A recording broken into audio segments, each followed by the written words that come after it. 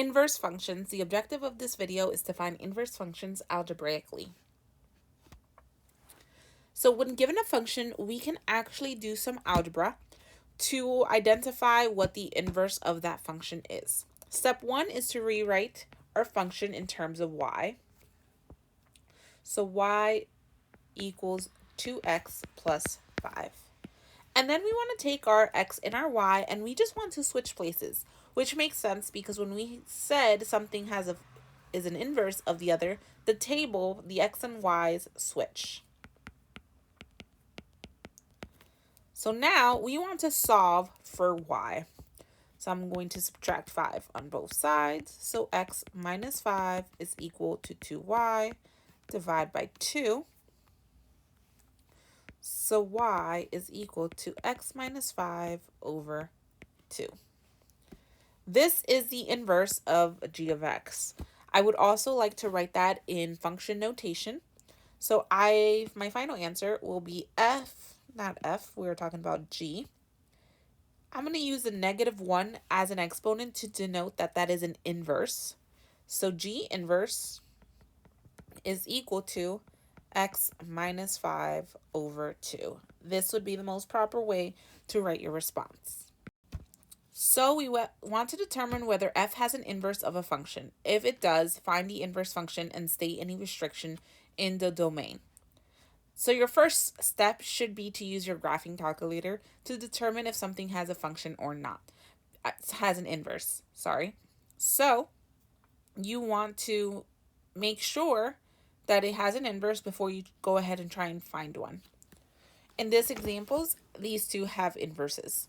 So we're going to rewrite y equals x minus 2 to the 5th power. We're going to swap our x and y. So x equals y minus 2 to the 5th power. And then we're going to solve. So remember, the opposite of a power is a root. Because it's to the 5th power, I'm going to take the 5th root of both sides. So I'm left with the 5th root of x equals y minus 2. And then I just want to add 2.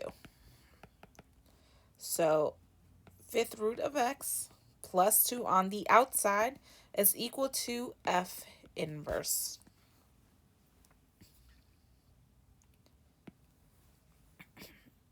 One more example, you want to take your f of x and rewrite it in terms of y. This step is not absolutely necessary. You could go ahead and skip right to this step where you swap your x and your y, because you should just know that f of x is the same thing as y. However, if you want to avoid confusion, I suggest writing it out. That is y plus 2 over 2. So again, the opposite of a root is a power. So this is the 3rd root, y plus 2 over 2. So I'm going to take everything and I'm going to raise it to the 3rd power. That will cancel out the root. So I'm left with x to the 3rd power is equal to y plus 2 over 2. Then we want to multiply by 2. That will cancel out my denominator. So I'm left with y plus 2 equals 2x to the 3rd.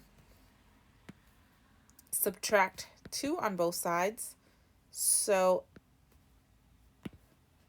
f inverse is going to equal to 2x to the 3rd minus 2.